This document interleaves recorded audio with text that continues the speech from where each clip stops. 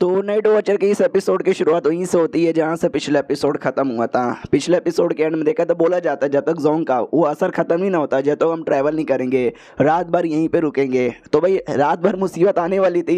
ये बेचारी बैठ के अपना कल्टीवेशन ही कर रही थी, एक सुअर आता है और पीछे से बेचारी को टक्कर मार देता है। उसके बाद अनेक बर्ड यहाँ पे उड़ती है, जो बर्ड इसके सर पे यहाँ पे मूत देती है। जंगल में एक शिकारी आता है शिकार करने के लिए, गलती से शिकारी का जो तीर है ना वो जोंग को लगने वाला था। वो तो हमारे शौकवेन ने बचा लिया, उन्होंने बेचारी वहीं पर टपक जाती। जो देखकर बाकियों को विश्वास भी नहीं होता कि भाई बैड लक हमको पता है, इतना ज़्यादा बैड लक भाई अगर शॉक वेरना ना होता उसकी तो जान कई बार निकल जाती। अब अगले दिन की बारी आती है जब उसका बहुत ज़्यादा बैड लक का असर है ना ख़त्म हो चुका था।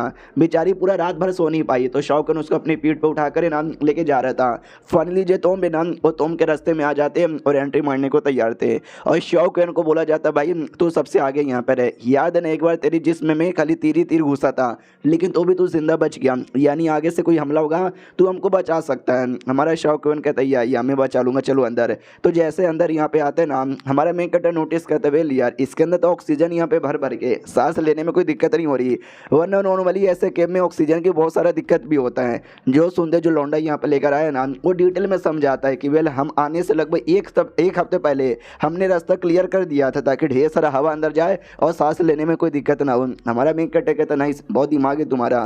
उतने में ध्यान जाता है एक अजीब से स्टोन पे और कहते एक सेकंड ये स्टोन, भाई ये स्टोन तो बहुत ही ज़्यादा अजीब है।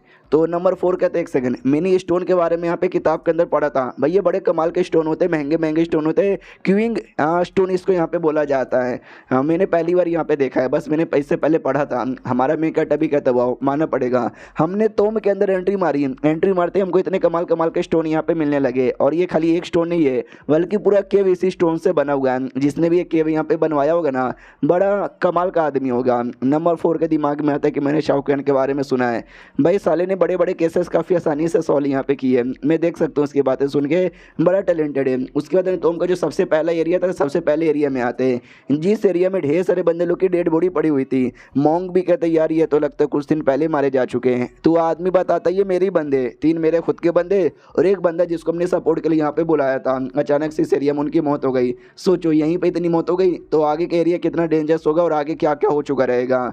तो हमारा मेकट अभी कहता है कि अच्छा ऐसी बात है क्या, लेट मी सी यार इनका मौत देखने से ऐसा लगता है ना किसी पॉइजन से हुआ है, लेकिन यहाँ पे तो कोई भी पॉइजनस धुआं नहीं है। तो तभी ध्यान जाता है हाथों पे, ऐसा लगता है किसी कीड़े वीड़े ने काटा है। इसका मतलब समझे दया।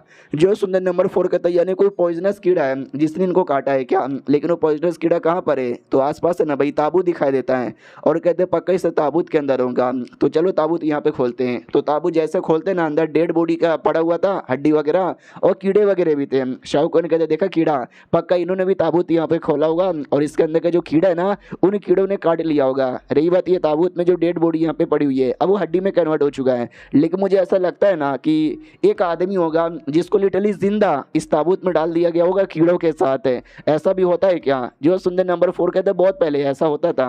लोग है ना जिंदा लोगों को मरवाने की कोशिश करते ताबूत में या फिर खाई में बंद कर देते। हाँ लेकिन लगभग 2000 साल पहले ये रूल बंद कर दिया गया, अगर तुमको ताबूत में भरना है तो अब मारना ही पड़ेगा। हमारा मेकट अभी कहते 2000 साल पहले बंद कर दिया गया, यानी ये जो ताबूत ये जो तोम है और ये जो भी डेड बॉडी है ना मिनिमम 2000 साल पुरानी होगी। उतने में जो जोंग है ना वो भी कहती है एक सेकंड मुझे बड़ी आवाज़ आ रही है अजीब सी है। हाँ तो लिटरली ताबूत के अंदर से डेड बॉडी बाहर आती है, जोम्बी यहाँ पे बन चुकी है। हमारा मेकट अभी कहता मम्मी ये तो जोम्बी है। इस टाइप के डेड बॉडी को कंट्रोल करने वाले बंदे एक ही है, वीच क्लैन के लोग, कहीं ऐसा तो नहीं है पूरा तोम ये पूरा जोम्बी वीचों से रिलेटेड यहाँ पर हो। मोंग भी कहते हम बाद में सोचेंगे पहले जोम्बिस को मारने दो, सारे जोम्बिस को मार देता है। हमारा मेकट अभी लाइक वाओ इससे पहले जो लोग आए थे भाई वो सब कीड़े से मर गए, जोम्बी से मर गए, ना हमारे ऊपर कीड़ों का असर हो रहा है ना जोम्बी का असर हो रहा है। ऐसा लगता है हम प्रो प्लेयर है जो कि नुबड़ों के साथ यहाँ पे खेल रहे हैं। उसके बाद ध्यान जाता आगे पेंटिंग पे जहाँ पे पेंटिंग बनी हुई थी।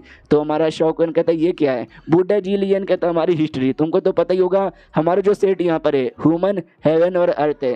लिटरली एक बंदा यहाँ पे था टाउ जून जिसका नाम था जिसने ये स्टार्ट किया था और उसने आगे चलकर ये 3 अलग अलग हिस्से यहाँ पे डिवाइड किए। ये 3 तो मेन नहीं यहाँ पर है। उसके अलावा और भी बहुत सारे छोटे मोटे सेट आते हैं, उसमें से एक काफ़ी ज़्यादा इंपॉर्टेंट यहाँ पे था डुओ कल्टीवेशन वाला, जहाँ पर वही किसी कमाल के आदमी ने किसी के साथ डुओ कल्टीवेशन किया और बोला कि ओ माय गॉड भाई घपा करने से देखो फायदा होता है, और धीरे धीरे बहुत ज़्यादा फैलने लगा। तो बड़ी बड़ी लड़कियाँ उनके पास आती और कहती डुओ कल्टीवेशन यहाँ पे कर दो, तो वो भी डुओ कल्टीवेशन करते। ऐसा करते करते डुओ कल्टीवेशन बहुत ही फेमस हो गया। तो हमारे शौक बी लाइक शीट यार वो आदमी कितना लकी है, साली ने डुओ कल्टीवेशन फाइंड किया था और लड़कियां खुद आती कि डुओ कल्टीवेशन कर दो, काश मेरे साथ भी कुछ ऐसा होता। नंबर 4 कहता है लेकिन जब डुओ कल्टीवेशन टेक्निक नई बनी थी भाई, बहुत ही प्योर और बहुत ही ज़्यादा राइटियस टेक्निक यहाँ पे मानी जाती थी। ऐसा नहीं कि भाई लड़की लिया पेल दिया हो गया, ना ना ना ना, ऐसा नहीं होता। उसके पीछे लिटरली बहुत सारी चीज़ें होती है, बहुत सारे फैक्टर्स यहाँ पे देखने को रहता है। हर लड़की के साथ तुम नहीं कर सकते। जो सुनते ये भी कहता है बुड्ढा कि ये तुमने ठीक यहाँ पे बोला। तो बहुत सारी लड़कियाँ आती थी कि भाई कर दो कर दो कर दो, लेकिन उनके साथ करने से कोई फ़ायदा वायदा बिल्कुल भी नहीं होता था, क्योंकि बहुत सारे कंडीशन है जो बाकी लड़के बिल्कुल भी मीट यहाँ पे करते नहीं थे, जिसके चक्कर में टाइम गुजरते गुजरते ऐसी लड़कियाँ मिलना बंद हो गई जिनके साथ है ना सर यहाँ पे करे, जिसके चक्कर में ये जो डुओ कल्टीवेशन का सेट है ना कंप्लीटली डिक्लाइन यहाँ पे होने लगा। तो सेट के लोगों ने देखा कि फक यार ये तो बुरी बात है, हमको कुछ भी करके बचाना पड़ेगा। तो सालों ने भाई लिटरली औरतों को किडनैप करने लगे, उनके साथ ज़बरदस्ती यहाँ पे करने लगे ताकि काम करे काम करे काम करे, लेकिन काम नहीं करता। हमारा मेन कटा भी लाइक फक यार, शुरू में जब स्टार्टिंग हुआ था कितना बढ़िया था, लेकिन देखो बाद में लिटरली औरतों को किडनैप किया जा रहा था। जो सुनते बुढ़ा कहते ही तो जो देखकर ऑफिसर लोग को बड़ा गुस्सा आया। सालों ने ऑर्डर यहाँ पे दे दिया सेट बर्बाद करने का, और लिटरली पूरा सेट बर्बाद यहाँ पर हो चुका है। यहाँ पे जो भी लाशें पड़ी हुई है ना, ये पक्का डुओ कल्टीवेशन के जो सेट था ना उसके जो भी एल्डर्स जो भी इंपॉर्टेंट मेंबर है उनका यहाँ पर होगा। हाँ, हालांकि जो मेन डुओ कल्टीवेशन टेक्निक है ना वो मिट चुका है, लेकिन ये तुम्बे में तुमको मिलेगा, सामने दीवार पे लिखी हुई है। तो हमारा मेन कट्टा भी लाइक ओ माय गॉड, क्या लगता है आपको चाहिए कि आप बुढ़े कहीं कि आपको कौन अभी देगी मनी मन सोचता उसको तो कोई नहीं देगी, मुझे तो देने वाली है ना। तो एक काम करता हूँ भाई, ये डुओ कल्टीवेशन टेक्निक में मनी मन याद कर लेता हूँ, बाद में कभी अपनाऊंगा किसी के ऊपर। तो उसके बाद ना वो लोग आगे जाने को तैयार थे, और ये जो लौंडा है जो इनको लेकर आया था उसको भी थोड़ा सा लालच आ जाते हैं डुओ कल्टीवेशन टेक्निक देख करके। बाप रे भाई, ये टेक्निक तुम लड़की के साथ करके फ़ायदा तो ले सकते हो, दूसरा भी अगर तुम नॉर्मल भी प्रैक्टिस करोगे ना बिना किसी लड़की का तो भी थोड़ा सा फ़ायदा यहाँ पे दे देगा। मैं भी थोड़ा सा ध्यान दे देता हूँ। तो लिटरली डुओ कल्टीवेशन टेक्निक की ओर ही देख रहा था, हमारे मेकटे की पूरी टीम निकल जाती है। तो ये भी कहता चलो हो गया, मुझे भी जाना चाहिए। हेलो हेलो हेले, अरे तुम सब कहाँ चले गए? अबे मैं यहाँ पर हूँ, अबे मुझे छोड़ के जा नहीं सकते, जल्दी से वापस आओ। भाई यहाँ से वहाँ चेक करने लग जाता है, लिटरली उसको कोई यहाँ पे दिखता ही नहीं है। फिर अचानक से डर जाता है और डर के मारे गिर जाता है, क्योंकि नीचे साइड है ना एक लाश आई थी, जो लाश है ना 2 हिस्सों में डिवाइड यहाँ पे था। ये और भी ज़्यादा डर जाता है। तभी पीछे से कुछ बंदे आते हैं और कहते 1 सेकंड भाई तुम हो क्या? ये भी डर जाता है कि यार तुम लोग यहाँ पे कौन हो? अब आते भाई हमारी टीम की ओर है, जहाँ पे उनको भी आइडिया लग जाता है कि 1 सेकंड भाई वो जो बंदा हमको यहाँ पर लेकर आया था वो तो कहीं दिखाई नहीं दे रहा। शौक कहता साला हमारे पीछे ही तो था, अचानक से गायब हो गया, उसके बारे में पता भी नहीं चला ना, उसका और कुछ ऐसा डिसअपियर हुआ।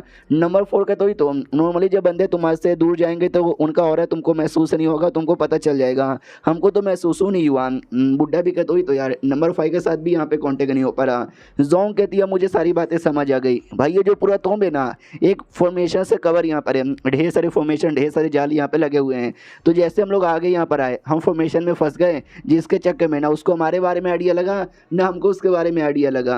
हमारा मेन कट्टा कहते पागल औरत, जब तुझे पता था कि अंदर ऐसा कुछ हालत है तूने पहले काय को नहीं बताया? वो भी कहती आई एम सॉरी, शायद भाई मेरा जो बैड लक इतना बेकार है ना जिसके चक्कर में भूल गई थी, अब मुझे याद आया। और ये चैप्टर यहीं पे ख़त्म हो जाता है। देखते तोंब में और क्या क्या एडवेंचर होता है। हम मिलते किसी और वीडियो में, जब तक के लिए बाय बाय।